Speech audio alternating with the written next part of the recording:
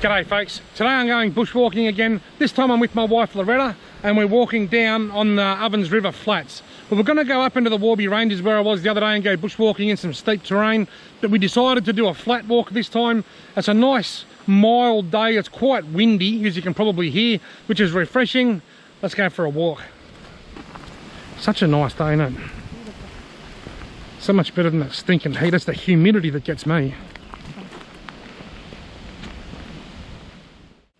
There's heaps of these big old tree stumps down here. I wonder when they were cut down. My great-great-grandfather, I think that's what it is, my grandmother, who was born in 1932, I think, her grandfather was cutting these trees down over 100 years ago for railway sleepers. I wonder if that's his handiwork. Now, the guy that was the sleeper cutter, his son went to World War I. So that's how far back I'm going. Wonder if that's his handiwork. This is a really nice place. This was the scene of one of my failed yabbying videos on my Warby fishing channel a few years ago. There's a really nice big lagoon just there. It's very low at the moment, but it's still got quite a bit of water. Where I am, this is a part of the Warbys Ovens National Park. Now, when I was bushwalking in my last video, I was also in the Warbys Ovens National Park. This national park is composed of three different, or made up of three different components. There's the Warby Ranges, which is a rocky outcrop over that way.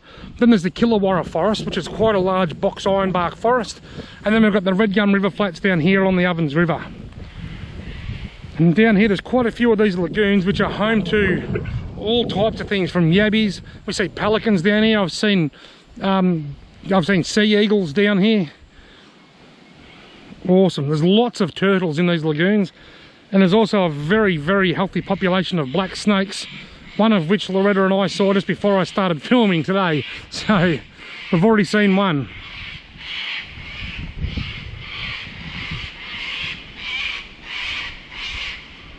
And there's lots of cockatoos. The place is crawling with cockatoos.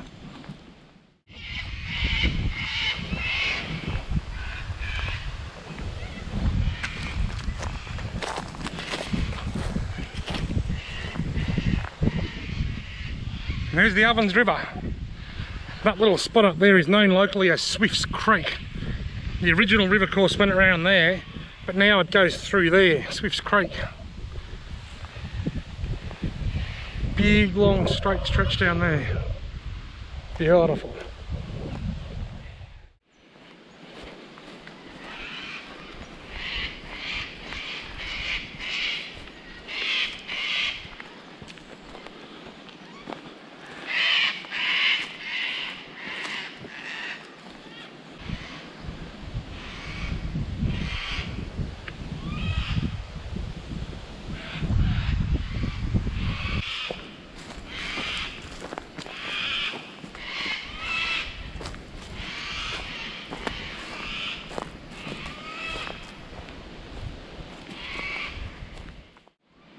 Back when I was a kid, when they used to stock yellowbelly in the river here, this was a bit of a hot spot, and that particular spot right there was always my favourite spot to fish. One night we sat there and caught 9 yellowbelly.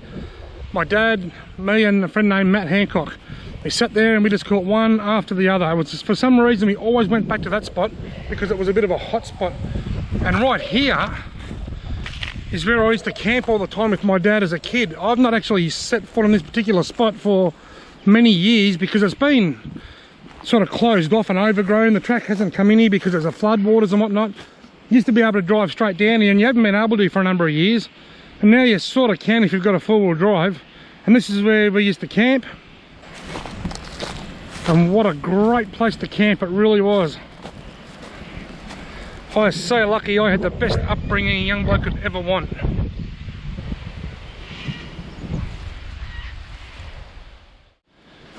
Now here's an interesting shot. If you look there, I'm standing right where me and Dad used to camp when I was a kid. Over on that bank is where we used to catch the yellowbelly, and over there in that lagoon is where we used to dig the worms. When the lagoon wasn't too full of water or too dry like it is now, when it was sort of low and damp, which is most of the time, we dig worms out of there. They were the stickiest, smelliest worms. They were squiggly, wiggly things. They were horrible. But gee, the fish loved them. We'd dig them from there, go over there and put them on the hook and catch yellowbelly on them. The best worms you can get are the worms that you dig on the bank of the waterway that you're fishing.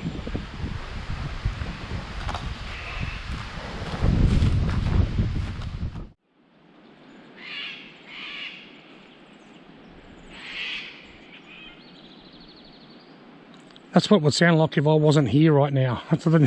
No one would hear it, but that's what it would sound like.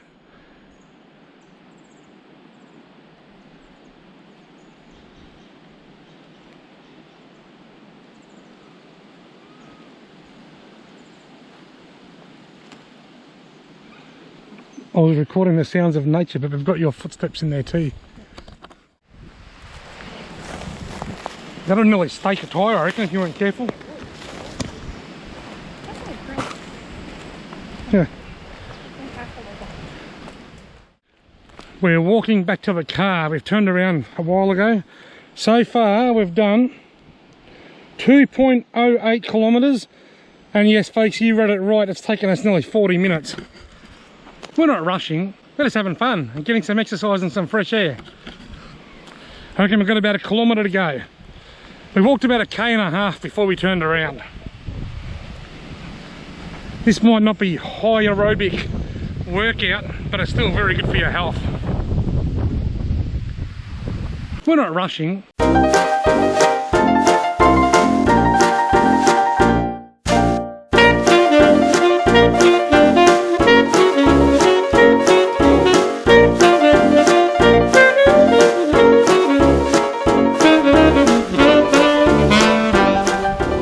Now, according to the Garmin map, we've walked back past the car.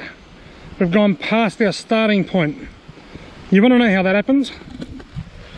That happens when you spend a fortune on a really awesome watch to motivate yourself, and then you forget to push start. Then you walk halfway around the track and then you say, oh, I better start. So we're back to where I started the watch, but not quite back to the car, but we're almost back. Right now, Loretta and I have got back to the car. We walked a bit over 3 kilometres. It's been a great walk. It's been quite relaxing. Now, the temperature's a good 10 degrees cooler now than it was when I went bushwalking in my recent video, and it's flatter. Now, as a result, I haven't used anywhere near as much water. I've still got 90% of my water. In fact, I could have done this walk without even taking any drinking water with me, but that would be stupid to go bushwalking without water. Right now, if you don't already know, I do have another channel called Warby Fishing. That's my main channel. That's what I love. That's my passion. This is my Warby Fishing extra videos where I share my weight loss journey, my bushwalking adventures, and a few other odds and ends. If you like what you see, why not subscribe to the channel and give me a thumbs up? And hopefully I'll see you again soon.